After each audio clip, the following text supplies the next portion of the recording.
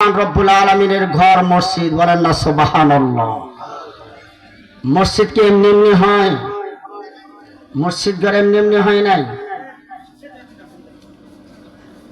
এর কোনো উদ্দেশ্য আছে না নাই? আল্লাহ রাব্বুল আলামিন পৃথিবীর মধ্যে এতগুলো মসজিদ ঘর এমনি এমনি হয় নাই। ও ভাইরা, আমার বন্ধুরা, একটু খেয়াল করবেন, আমাদের জাতির পিতার নাম কি? হযরত ইব্রাহিম আলাইহিস সালাম। বলেন না কে? আমাদের জাতির পিতার নাম কি? ইব্রাহিম আলাইহিস সালাম।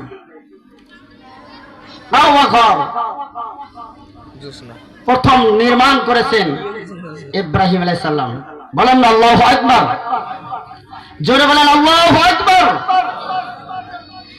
দেখেন, এই এলাকার মধ্যে কি মানুষ নাই? এলাকায় কি মুসলমান নাই? এখানে দেখেন মিয়াজিপাড়া জামে মসজিদের উদ্যোগে ওয়াজ মাহফিল করা হয়েছে। এই জায়গায় যদি বলা হতো হই হই কাণ্ড রই রই ব্যাপার, তাহলে দেখলেন হয় মানুষ মারামারি হুড়াহুড়ি করতো না না করতো? বলেন তো দেখি। এলাকায় কি যাত্রা গান হয় নাই? এলাকায় তো যাত্রা গান হয়েছে, এলাকার নাটকও হয়েছে, কিন্তু এখানকার চাইতে ওখানে লোক বেশি। আর কারণটা কি? শয়তান ওখানে বেশি। বলেন না নাউজুবিল্লাহ। ওদিকে না যাই, আমার শর্ট একদম শর্টে সময় দিয়েছে। ইব্রাহিম আলাইহিস সালাম ছিলেন একজন রাজমিস্ত্রি। কি ছিলেন বলো তো দেখি? একজন রাজমিস্ত্রি। আর তার যোগালী ছিল ইসমাঈল আলাইহিস সালাম। বলেন না আল্লাহু আকবার। আল্লাহ রাব্বুল আলামিন হযরত ইব্রাহিম আলাইহিস সালামকে অর্ডার করে দিলেন, ইব্রাহিম তুমি কি করো? মক্কা শরীফ কাবা ঘর তুমি নির্মাণ করো।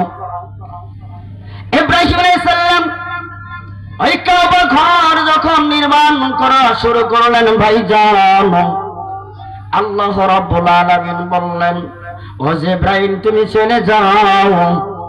ইব্রাহিম আলাইহিস সালামকে তুমি কি করো?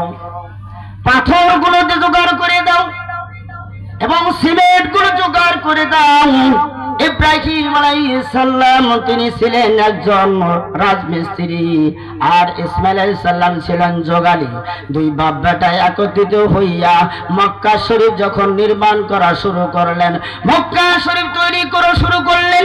এই মক্কা শরীফ যখন তৈরি করা শেষ হয়ে গেল, ও ভাই জানো, ইব্রাহিম আলাইহিস সালাম এখন দেখতেছে কিছু পাথরের কণাগুলো কিছু বেঁচে গেছে। বাড়িতে যদি আপনি একটা বিল্ডিং এর কাজ করেন, বাড়িতে যদি আপনার বাড়িতে কোনো কর্ম কাজ করেন, সিমেন্টের অবস্থায় একটা বস্তা বাসে, কিছু বা গিট্টু বাসে না না বাসে? ইব্রাহিম আলাইহিস সালাম চিন্তা করলেন যে এই পাথরগুলো আমি এখন কি করব। হযরত ইব্রাহিম আলাইহিস সালাম যখন এই চিন্তা করলেন, তার সন্তান ইসমাঈল আলাইহিস সালাম ডাক দিয়ে বলতেছেন, আব্বা জান, আপনি চিন্তা করেন আর কারণটা কি? আপনি আল্লাহ পাকের কাছে বলুন, এই পাথরগুলো আমরা এখন কি করব? এটা তো হলো জান্নাতি পাথর। বলেন না সুবহানাল্লাহ। এই পাথরগুলো এখন কি করব? আল্লাহ রাব্বুল আলামিনের কাছে হযরত ইব্রাহিম আলাইহিস সালাম যখন নালিশ জানাইলেন, নালিশ জানার সঙ্গে সঙ্গে ইব্রাহিম আলাইহিস সালাম ইব্রাহিম আলাইহিস সালামের দোয়া কবুল করলেন। আল্লাহ পাক জিবরাইল আলাইহিস সালামকে ডাক দিয়ে বলতেছেন, জিবরাইল তুমি চলে যাও, আমার বন্ধুর কাছে বলে দাও, আমার ইব্রাহিমকে বলে দাও, এই দুনিয়ার মধ্যে যে পাথরগুলো বেঁচে গিয়েছে, এই কাবা শরীফ তৈরি করার পরে যে পাথরগুলো বেঁচে গিয়েছে, এই পাথরগুলো যেন আকাশের দিকে ছুঁড়ে মারে। ইব্রাহিম আলাইহিস সালাম এই সংবাদ যখন পাইলেন, তখন এই পাথরগুলো আকাশের দিকে ছুঁড়ে মারা শুরু করলেন। দুই বাপ বেটা আকাশের দিকে যখন ছুঁড়ে মারা হলো, ইসমাইল আলাইহিস সালাম লক্ষ্য করলেন সর্বনাশ, এই পাথরগুলো আমরা আকাশের দিকে মারতেছি, একটা পাথর তো জমিনের মধ্যে পড়ে না, কারণটা কি? ইসমাইল আলাইহিস সালাম বাবার কাছে ডাকতে বলতেছেন, আব্বাজান এই পাথরগুলো তো আকাশের দিকে ছুঁড়ে মারা হলো, কিন্তু দেখা গেল এই পাথরগুলো জমিনের মধ্যে একটাও পড়তেছে না, কারণটা কি?